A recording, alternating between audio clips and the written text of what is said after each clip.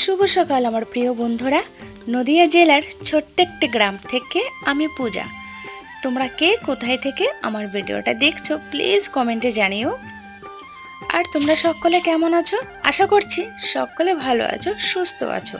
নতুন আরেকটি ব্লগে তোমাদেরকে সাথে নিয়ে শুরু করলাম আজকের দিনটি। তো চলো ব্লগটা এখান থেকে স্টার্ট করা যাক। আর আমার সকল বন্ধুদের কাছে অনুরোধ রইল ব্লগটা পুরোটা দেখার আর আমার সঙ্গে থাকার, আমাকে একটু সাপোর্ট করার। আজকের সকালটা না একটু অন্যরকম, মানে প্রত্যেক দিন যেমন সকালে ঘুম থেকে উঠে ঘর ঝাড় দেওয়া, বিছানা গোছানো এগুলো শুরু করি, তো আজকের ব্লগটা আমি শুরু করেছি একটু অন্যরকম করে। আজকে সকালে যেহেতু তাড়াতাড়ি জল এসেছে আর আমারও না ঘুম থেকে উঠতে একটু লেট হয়ে গেছে, তাই ভাবলাম না আগে জলের কাজটা করে নিই। তো এদিকে কয়েকটা জামা কাপড় ছিল অপর্ণার আমার, তো ভাবলাম সেগুলো আগে ভিজাতে দিয়ে দিই, তারপরে পরে কেচে দেবো।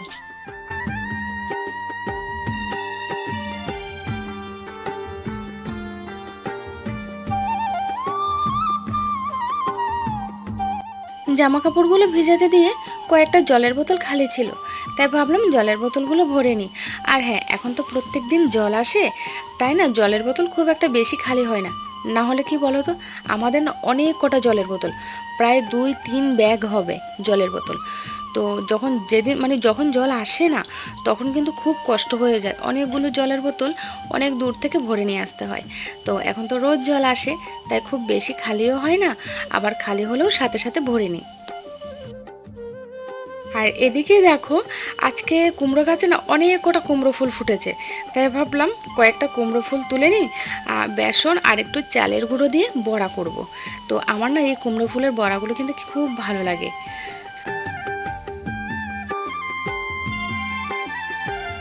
এদিকে দেখো, টুকটাক সব বাইরের কাজটা করে আসলাম, করে এসে এখনও অনেক কাজ আছে, তাই ভাবলাম না ওই একটা কাকিমা জল ভরছিল, তো তাই ভাবলাম না ঘরের কাজগুলো করে নিই, তাই আগে বিছানাটা গোছাতে চলে আসলাম।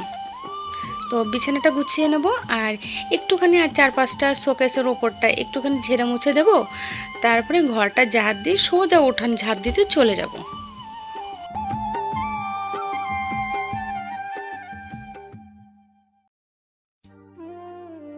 এদিকে দেখো, উঠান ঝাড় দিতে চলে আসলাম আর উঠানটা না ভালো করে ঝাড় দিয়ে দেবো।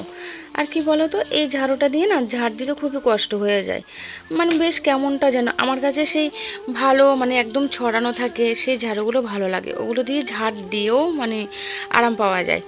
তো কি করব বল, আমি তো ঝাড়ু বানাতে পারি না, এটা দোকান থেকে কিনে এনেছিলাম যখন, তখন কিন্তু ছড়ানোই ছিল, তো এখন এরকম হয়ে গেছে কেন বুঝতে পারি না। তো যাই হোক, কষ্ট হলে উঠানটা ঝাড় দিতে হবে, কারণ আমি তো ঝাড়ু বানাতে পারি না।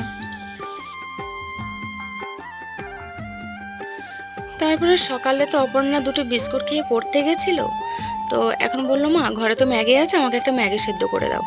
তো ওকে একটা ম্যাগি সেদ্ধ করে দিলাম। তো ও তো এখানে বাইরে পড়তে বসেছে, আবার প্রাইভেট থেকে এসে পড়তে বসেছে, কারণ বিকালে ওই যে কারেন্ট থাকে না বেশিরভাগ সময়টা, তো সেজন্য বিকালবেলা পড়ে, সন্ধ্যাবেলা পড়তে বসে, কিন্তু সকালবেলা যদি ওর টাইম থাকে সকালবেলা ও পড়ে নেয়। তো ও তো এখানে পড়তে বসেছে আর সকালে যে ম্যাগিটা খাচ্ছে, আর আমি এই ফাঁকে কী করেছি বলো তো, স্নানটা করে নিয়েছি।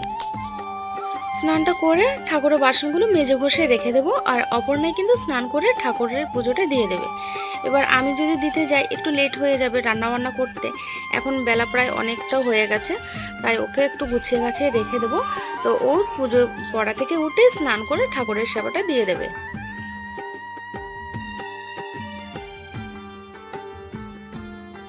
দুপুরের সব রান্নাবান্না কিন্তু আমি সেরে নিয়েছি। তোমরা তো সকালে দেখেছিলে যে কয়েকটা কুমড়ো ফুল তুলে রেখেছি, তো এখান থেকে আমি বেশি না দুটো বড়া করে নেব। তো মনা যেহেতু খাবে না, শুধু আমি খাবো, তাই দুটো বড়া করে নেব। আর দেখো, আজকে রান্না করেছি পটল আর আলু দিয়ে তরকারি, আর কালকের একটু আমের চাটনি আছে, আমের চাটনি, আর হচ্ছে ওই যে তিতা করলা ভাজা, আর হচ্ছে কুমড়ো ফুলের বড়া।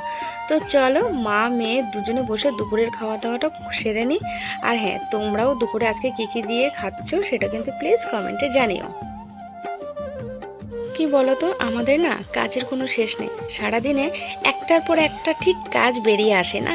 আর এখন এটা করতে হবে, আবার একটু পরে আরেকটা কাজ ঠিক জোগাড় হয়ে যায় যে না এরপরে এটা করতে হবে। তো তো যাই হোক, একটার পর একটা কাজ, সমস্ত কাজ গুছিয়ে গাছিয়ে নেব।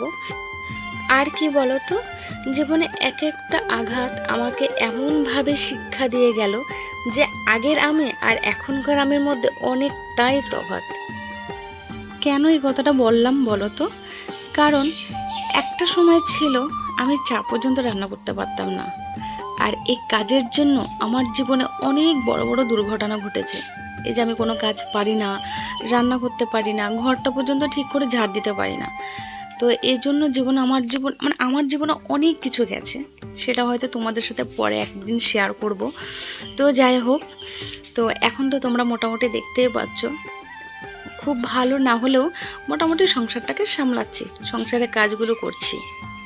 তো সেটা হচ্ছে পরিস্থিতির জন্য।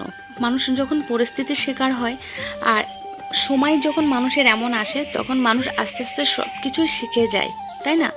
তো কিছু মানুষ সেটা মানতে চায় না, সেটার জন্য টর্চারিং করে। তো যাই হোক, কথা বলতে বলতে এখন চলে আসলাম শান্তিপুরে। হ্যাঁ, বিকালের কাজগুলো করেই সোজা একদম, একটু লেট হয়ে গেছিলো তাই গাড়িতে উঠে পড়েছি। আমাদের তো টোটো প্রত্যেক সপ্তাহে টোটো সময়ের মধ্যে চলে আসে, তো টোটো এসে গেছিলো, তাই তাড়াতাড়ি গাড়িতে উঠেই তোমাদের সাথে আবার ব্লগটা শেয়ার করলাম। তো সোজা একদম ক্লাসে এসেছি, আর তোমরা ক্লাসটা দেখো। এখানে তো কত্থক তালিমের ক্লাস হয় অপর্ণার, আর ওর হচ্ছে সামনের মাসে পরীক্ষা, তো সেজন্য এখানে আসা আমাদের।